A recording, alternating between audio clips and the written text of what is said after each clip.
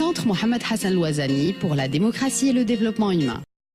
Ensemble, en fait de la fin, et nous avons le plaisir d'être avec deux grandes dames, la dame qui nous accueille, elle m'a suggéré de prendre la parole en premier, je devais la prendre en premier, sachant que je suis invité honorable centre. Donc je vais lui donner la parole juste après pour inaugurer cette séance. Et nous avons l'immense plaisir d'accueillir Rachida Nasseri, Madame Rachida Nasseri, que j'ai connue il y a quelques années déjà comme écrivain, auteur avec eux, même si l'Académie française n'a pas validé cette question. Ce substantif est utilisé, si vous voulez, au féminin, dans les écrits actuellement, qui veut dire que cette question du genre, elle est à l'ordre du jour, si dans la langue française, sur le plan linguistique, mais également sur d'autres plans. Donc, bien sûr, avant d'intégrer la littérature, Rachida a donc travaillé dans la formation des enseignants, travaillé pendant plusieurs années en tant que psychopédagogue. Et justement, dans le tumulte de son expérience, elle a communiqué avec d'autres champs, notamment le champ de la santé, le monde associatif, à travers la question de la thérapie, mais également d'autres questions qui sont liées, si vous voulez, au travail, au droit de la femme, également, dont elle va parler.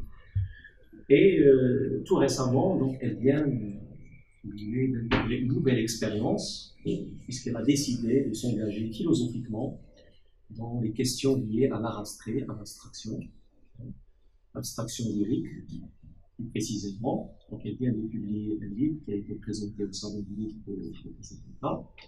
Et nous l'accueillons aujourd'hui, autour d'une thématique un peu particulière. Bien sûr, on va nous en parler dans une vingtaine de minutes, on va ouvrir le débat sur cette question. Mais avant de se faire, avant de la présenter au détail, parce que j'ai écrit un petit papier sur elle, je donne la parole à Madame Folia, de Zéni, qui va dire son mot de bienvenue et de commencer.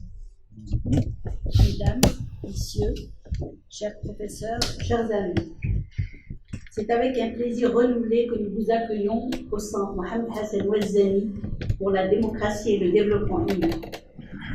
Durant ces jours de célébration de la femme sur le plan international, nous sommes particulièrement heureux de recevoir Madame Rachida Nasseri, qui s'est proposée de nous parler avec l'enthousiasme qu'on lui connaît et les convictions qui marquent ses analyses et ses propos d'un sujet qui lui tient particulièrement à cœur. Celui des études genre, qui traduit le titre de sa conférence « Approche genre au Maroc, acquis et perspectives ». Je tiens vivement à la remercier d'avoir proposé une question qui fait débat tant dans les milieux académiques qu'au sein de la société partout dans le monde. Pour présider et animer la séance, Madame Nasseri a proposé un de ses amis et collègues, le professeur Monsef Sotri El-Halaoui, qui nous a déjà fait l'honneur d'animer ici, en janvier dernier, une conférence passionnante sur les interactions art et sciences et la construction de l'avenir du savoir. Je le remercie pour sa disponibilité et les suggestions dont il nous a fait part. La question des droits humains, des enfants, des hommes et des femmes et de leur développement au Maroc est un des objectifs essentiels de notre centre. Cette question est en effet au cœur de toute société démocratique. Aucun État ne peut se réclamer de la démocratie s'il ne respecte pas les principes de la Déclaration universelle des droits de l'homme et de tous les engagements conventionnels et législatifs qui sont venus compléter la Déclaration de 1948. Dans tous les pays, le respect des principes des droits de l'homme et leur mise en œuvre par les gouvernements est un combat incessant de contrôle, de vérification et de légitimation des mesures prises. En ce qui concerne la situation de la femme dans la société musulmane, notre centre l'a abordé dans ses conférences et colloques. Dans la séance du 25 mai 2015, le professeur Abdullah Sherif Ouazzani a commenté l'ouvrage de mon père, l'Islam, Wal-Mujtama' Wal-Madaniya, en particulier le chapitre qui traite de la situation de la femme en islam, avec une perspective d'avenir d'une société démocratique. Lors du colloque de septembre 2015, État de droit et démocratie à la lumière de la pensée de Mohamed Hassan Ouazzani, le professeur Mohamed Mourtet a traité de la question de la femme à la lumière des écrits de Mohamed Hassan Ouazzani. Enfin, dans sa conférence donnée le 24 mars 2016, le professeur Abdelhakim Chafi nous a parlé des droits de la femme au Maroc entre les ambitions de l'universalité et les contraintes de la particularité. Je tiens aussi à rappeler que plusieurs interventions, notamment dans le documentaire Rouad de la chaîne El Oula, le professeur Jawhara Filali Baba a exposé divers aspects du rôle de la femme dans la société marocaine selon la pensée de Mohamed Hassan Ouazzani. Dans son combat pour la libération du Maroc et pour la modernisation de la société, mon père a accordé une priorité à l'organisation et à l'éducation civique et professionnelle de la femme. Il était d'ailleurs conscient du rôle qu'ont joué les femmes, mères, épouses, filles de résistants dans la libération de notre pays. C'est avec une grande émotion que je dois évoquer la mère de mon père, Laila Halima, qui n'a cessé de soutenir son fils, déjà dans ses études, puis tout au long de son action militante. C'est elle qui a fondé à Fès la première section de Akhawat Safa, tandis que ma tante, Laila Zina, en était la trésorière.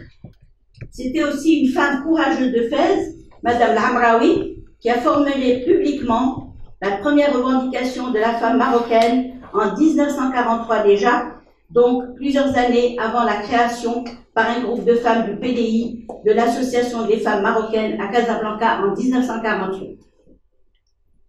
Une des grandes figures du militantisme féminin, les syndicalistes engagés, une inconditionnelle de la lutte pour l'évolution de la femme dans la société est la légendaire Laila Zahra Sqaliya. Elle a été une des premières figures emblématiques de la jeunesse démocratique maghrébienne et dans Akhawat Safa. À titre personnel, je tiens aussi à rendre hommage à ma mère, Laila Keltoum, pour le soutien indéfectible accordé à mon père durant son long exil, puis à l'étranger, assumant avec dignité et abnégation la charge de sa famille, l'éducation de ses enfants. Pour elle aussi, sans doute, l'amour pour son mari se confondait avec l'amour de son pays. Une femme exemplaire. Des témoignages de la lutte des femmes pour l'égalité, pour le respect des droits fondamentaux, nous en trouvons un grand nombre en consultant le journal du PDI, Démocratie, publié en 1957 en 1958.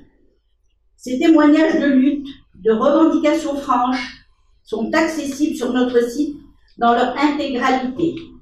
Mais il faudrait pouvoir recueillir les témoignages non écrits, les souvenirs de celles qui ont pris part à ce combat.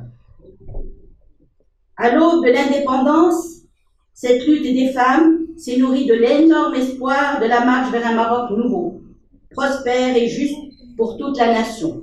Hélas, la désillusion a été cruelle.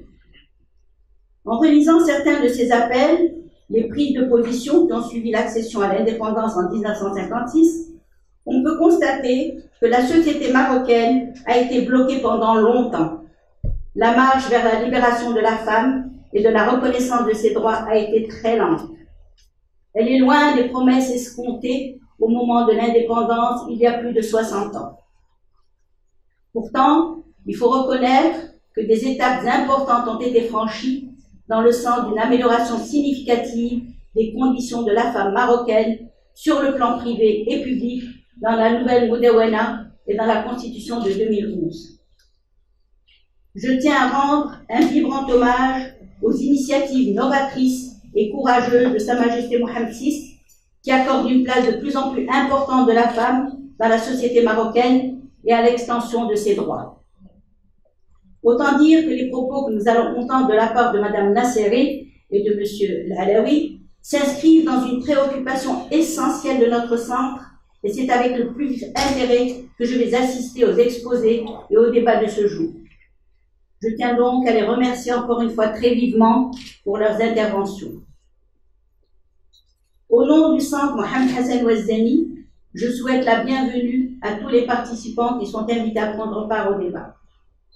Je tiens à signaler que l'exposé et le débat sont enregistrés et seront prochainement disponibles sur notre site ainsi que sur YouTube. C'est la raison pour laquelle il est important que les intervenants annoncent leur identité, nom et titre ou fonction pour que les auditeurs puissent mieux saisir les interventions. Notre centre vous propose ces publications que vous pouvez vous procurer ici même. Notre centre est une association dont vous pouvez devenir membre.